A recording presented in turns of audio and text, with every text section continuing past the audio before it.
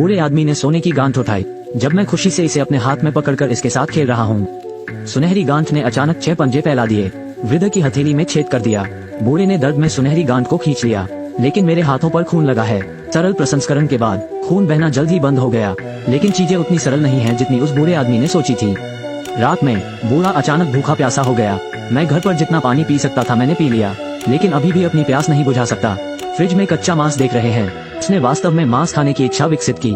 अगले दिन खुद को आईने में देखकर बूढ़ा हैरान रह गया। चेहरे की ज्यादातर झुर्रियां चमत्कारिक ढंग से गायब हो गई हैं और बहुत आध्यात्मिक महसूस करते हैं। ऐसा लगता है कि अनंत ऊर्जा है।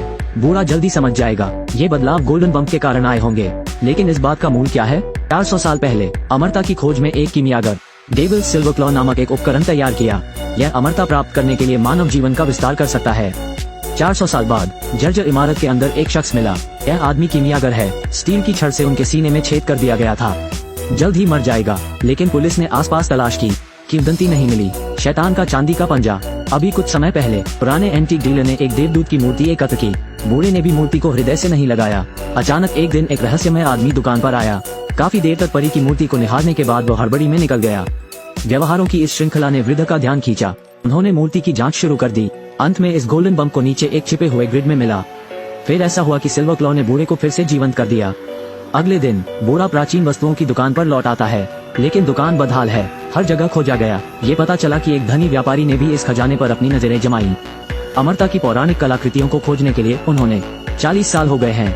ये जानने के बाद कि बूढ़े ने देवदूत की मूर्ति को एकत्र किया। मेरे सबसे बड़े भतीजे को मूर्ति खरीदने के लिए एंटीक की दुकान पर आने दो, लेकिन मूर्ति में लगे शैतान के चांदी के पंजे को बूढ़ा पहले ही निकाल चुका है।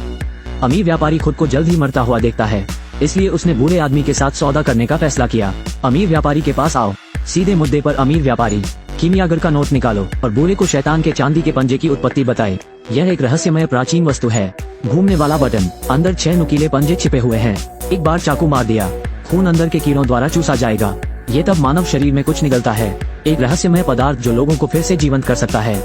और अब अमीर व्यापारी इसे पाने के लिए शर्तों को सीधे बूढ़े व्यक्ति के सामने रखें, जब तक बूढ़ा शैतान के चांदी के पंजे को सौंप देता है। दोनों एक साथ वैभव और धन का आनंद ले सकते हैं। लेकिन बूढ़े आदमी को स्पष्ट रूप से लगा कि कुछ गड़बड़ है। उसे ठुकरा दिया। घर वापस आकर बूढ़े ने चुपके से शैतान के चांदी के पंजे का इस्तेमाल किया। युवावस्था की अनुभूति को पुनः पाकर बूढ़ा मोहित हो जाता है। प्रयोग करने के बाद उन्होंने पाया भी, शरीर में छेद किया हुआ छेद चमत्कारिक ढंग से ठीक हो जाता है। इस तरह वो इस आनंद में डूबने लगा, लेकिन इस्तेमाल करने का तरीका गलत है। इसने बूढ़े आदमी को अजीब दुष्प्रभाव भी दिए। मैं आज अपनी पत्नी के साथ डांस करने जा रहा हूँ। सब कुछ पहले ठीक था, लेकिन इस समय उसके बगल वाला लड़का अचानक बीमार पड़ गया। मुंह से खून आना। बूढ़े ने अनजाने में प्रतिक्रिया दी। फिर लड़के का बाथरूम तक पीछा करो, आदमी के जाने तक रुको। बूढ़ा नीचे गिर गया, लालच से जमीन पर खून चाटना। इसी दौरान एक व्यक्ति आया और उसके पास रुक गया। वृद्ध को बाहर निकाल दिया। जब बूढ़ा जागता है, अमीर व्यापारी के भतीजे ने कार में बंद कर दिया है और बूढ़े आदमी को शैतान का चांदी का पंजा सौंपने के लिए मजबूर कर दिया। लेकिन बूढ़ा गूंगा खेलने लगा। मैंने सोचा कि मैं इस बार इससे दूर हो सकता हूँ, लेकिन विरोधी का तरीका बेहद उग्र है। लोगों और कारों के साथ सीधे चट्टान से धक्का दे दिया। वृद्धा के शव को शमशान घाट ले जाया गया, क्योंकि दुर्घटना का दृश्य बहुत दर्दनाक था। पुलिस ने भी इसे हादसा माना था। आसान इलाज के बाद ये दाह संस्कार के लिए भेजने के लिए तैयार है, लेकिन यह इतना आसान नहीं है। बूढ़े को एक प्राचीन ने चाकू मार दिया था।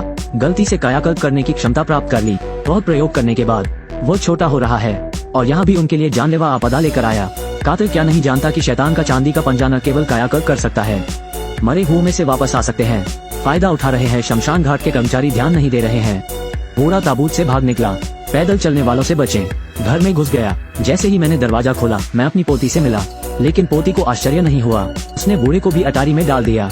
इस समय अटारी की छत से सूरज बूढ़े आदमी पर चमकता है। उस जगह से सफेद धुआं उठ रहा था जहाँ बूढ़े आदमी की त्वचा को जलाया गया था। ऐसा लगता है कि यह मृत्यु और पुनरुत्थान की कीमत है। बूढ़ा फिर से धनी व्यापारी के घर जाने वाला है। कीमियागर के नोट का पता लगाएं। पोती के सहयोग से दोनों को आसानी से नोटबुक मिल गई, लेकिन अमीर भी आकर्षित थे। जबकि दोनों लड़ रहे थे, अमीर आदमी ने बूढ़े का चेहरा फाड़ डाला। मैंने त्वचा के नीचे त्वचा की एक नई परत देखी। ये पता चला कि बूढ़े व्यक्ति का शरीर फिर से बनना शुरू हो गया है। ये देखो, अमीर व्यापारी शांत हो गया। फिर से बुढ़िया से शर्त लगा लो। अमरता के लिए बहुत खून की आवश्यकता होती है और मानव रक्त की जरूरत है। वो इस रक्त को वृद्ध व्यक्ति को प्रदान कर सकता है, लेकिन शर्त यह है कि बूढ़ा उसके साथ चांदी का पंजा साझा करता है। बूढ़ा आसानी से उस पर विश्वास नहीं कर सकता। दोनों में बात नहीं बनी और फिर हाथापाई हुई। निर्णायक पल, पोती ने डंडे से अमीर आदमी को बेहोश कर दिया और बूढ़े को छुड़ा लिया। इस समय अमीर आदमी का भतीजा भी दौड़ता हुआ आया। मरते हुए अमीर आदमी को देखना। इतना ही नहीं, बड़े भतीजे को भी नहीं बचाया। इसके बजाय नाचो, क्योंकि अगर प्लूटोक्रेट्स मर जाते हैं फिर संपत्ति उसकी है। इंसान का लालच कभी पूरा नहीं होगा। उसने बूढ़े को पकड़ लिया। प्रतिद्वंद्वी स्पष्ट रूप से उसका प्रतिद्वंद्वी नहीं है, लेकिन बूढ़ा आदमी मरे हुओं में से वापस आ सकता है। वो अपने बड़े भतीजे को गोद में लिए सीढ़ी से नीचे गिर गया। थोड़ी देर बाद बूढ़ा फिर उठा, लेकिन उसकी खून की प्यास और भी तेज है। ये देखकर मैं अपनी पोती की कसम खाए बिना नहीं रह सकता। बूढ़े ने पत्थर उठा लिया। सुनहरे धक्कों को टुकड़ों में तोड़ दो। उसकी अंतरात्मा इच्छा पर विजय प्राप्त करती है। अपने सोने के बम खो चुके बूढ़े व्यक्ति का जल्द ही निधन हो गया। क्रोनोस 1993 की एक पुरानी फिल्म है। पूरी फिल्म में एक संदेश है, लोगों को ज्यादा लालची नहीं होना चाहिए।